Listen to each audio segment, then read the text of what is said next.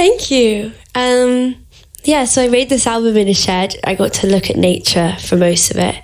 And I found after a while that it was a lot easier to talk about weather rather than how I was feeling. This song is called Hurricane Girl.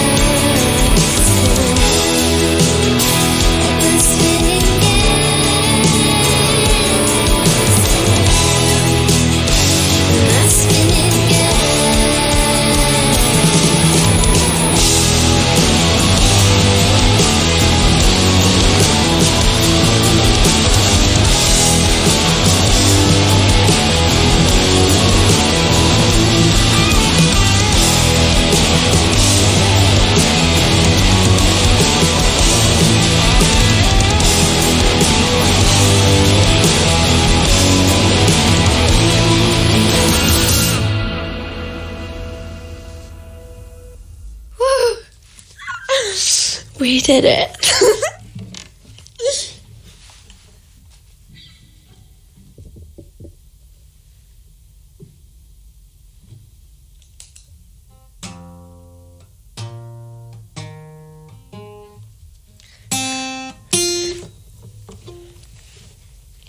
This next song is called Ropeburn, and I actually wrote it after reading Daisy Jones and the Six. they described how the band sounds in that book, and I wanted to make what I thought they might sound like. So yeah, this is Ropeburn.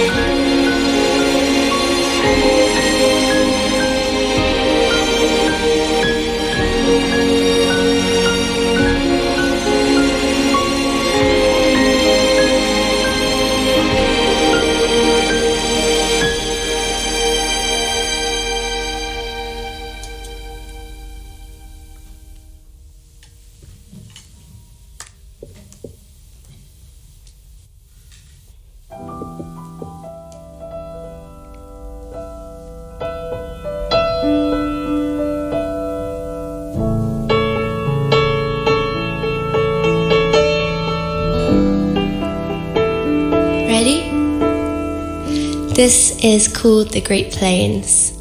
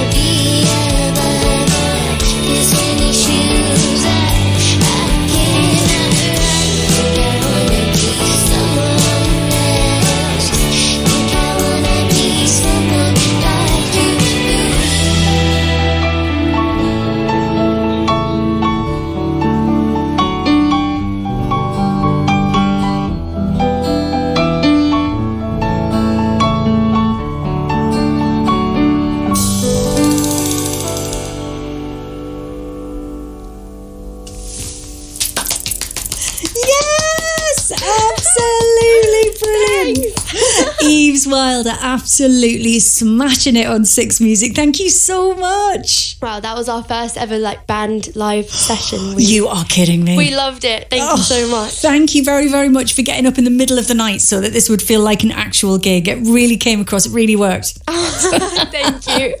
Eaves Wilder on BBC Six Music and Band, of course, live at Maida Vale for you. How special was that? Thank you so very much. You are with Lauren Laverne on BBC Six Music, and I'm absolutely delighted to say that I'm about to speak to our session guest. So this is all about New Music Fix Week, which is across the station. There's a special day on Friday where we're playing only music released in 2026 so far, and we're spotlighting some of our favourite releases of the year, and that is the reason that the wonderful Eaves Wilder is on the show. Good morning, Eaves Wilder. How are you? Good morning. I'm good. It's very surreal. I can't really believe we're in this building. I've been up since 3. I thought that I would hack the system by trying to make myself think it was nighttime. Yeah. And it's kind of working. Okay, so you've sort of set yourself to gig time. I see what you've done there. I like that. Yes. I remember years ago when I was on The Big Breakfast, we did the same thing when I was in a band. We decided to stay up all night, but then we got interviewed by Zig and Zag. And I don't know if in the commercial breaks, they did not continue to speak. So it became quite surreal for us after a certain point. Hopefully this won't go in that direction, Eaves. But I get what you're doing because you're going to be playing live for us, of course, after 12, which we can't wait for. But tell me a little bit about 2026 so far for you, because this has been a really interesting year for you. I mean, the album Little Miss Sunshine came out in April, really successful, brilliant reviews and lots of love for it. But interestingly, before you made this record, you were actually thinking about giving up music altogether. Tell me a little bit about how it came together. I'm quite a dramatic person, so yeah, I liked to kind of throw that threat around to everyone at the time. Like, I had just joined the music industry, and it was so different to the music industry that I'd read about of the 60s and 90s, and I felt like it was really oversaturated, and I didn't want to add to the noise, and I felt like I was just adding to the noise, like maybe not doing things with conviction or integrity. And as Dizzy Rascal says, if you're going to do it proper. So I just went and had about 2 years of hiding out in my shed and producing this record, kind of not really for anyone to hear it. And literally just you in the shed on your own, playing everything pretty much. Yeah. I mean, it kind of started because I started in lockdown, so I kind of had to learn how to do mostly everything, and then we went into a proper studio, and my amazing drummer and guitarist and bassist all laid it down properly, better than I could. But yeah, at the beginning it's just me kind of being a one-man band. I love that. And what about the lyrical themes on the album? Because, that idea of doing it proper, it also means kind of going there and exposing the stuff that you feel vulnerable about. I mean, sort of saying the dark stuff, talking about the hard stuff. Yeah, I think I inadvertently did some shadow work on this album, because I'm starting to realise... It's good therapy. Yeah, it's way cheaper. And yeah, a lot of the themes, as I said, I was a little bit disillusioned with music, and so I was really looking to books, and especially books that kind of romanticize America. I was super into Daisy Jones and the Six. I grew up reading Little House on the Prairie.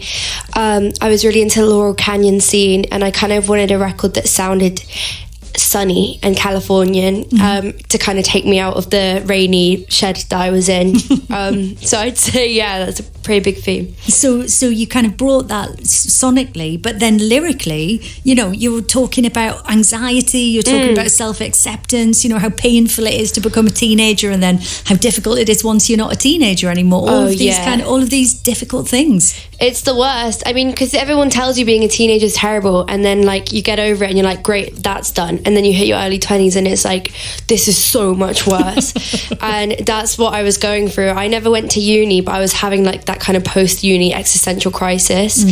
And I think loads of people probably have that. And it's not... I don't think it's alien to feel, to really question your place in the world. I think that's important, but I think that's what this age is for. So the whole record is definitely me questioning what I am or what I want to be. And have you come out of that whole experience different? Are you different from the person you were, 3-4 years ago? Yeah, I would say I am. I mean, I kind of, as I said, like, I didn't go to uni. I feel like this was my university. It took the amount of time. I started it when I was like 18 or 19, and I finished it when I was 22, and it's finally out now. And I kind of feel like this was like my graduation, and it's definitely feel like it's grown me up a bit. But I'm sure, like that. It's grown you up. Yeah, it has grown me up. It's like really dragged me up into adulthood. Kicking and screaming. Yeah. Literally. And what about the live shows? Because obviously you're going to play live for us. I've seen you playing some fantastic gigs recently. I know you've got a couple more to come. What are you excited about coming up? Well, yeah, there is lots of kicking and screaming in the live shows. I just really like raw kind of energy. We're doing my favorite festival ever, which is Green Man, which actually the first single for this album, the video was filmed in the crowd at Green Man, and now we get to go back and like play one of the biggest stages, and I'm shook. That's going to be great. And we're doing Close Up Festival at Sebright Arms, August 15th, I think. Fantastic. Well, listen, we can't wait to have you play live for us. Eaves Wilder, thank you so much. We've also asked you to choose a new music fix track of your own, because this is all about, spotlighting fantastic new artists. What have you gone for? This song is called We Can Pretend by Baby Universe, and a friend of the band, Cosma, she sings on it, and I just heard it and like, this is the kind of song where I'm always trying to find. I feel like it really references like early Lush and Curve and like My Bloody Valentine. I really, really love it.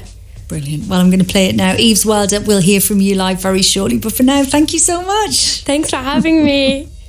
You're so welcome.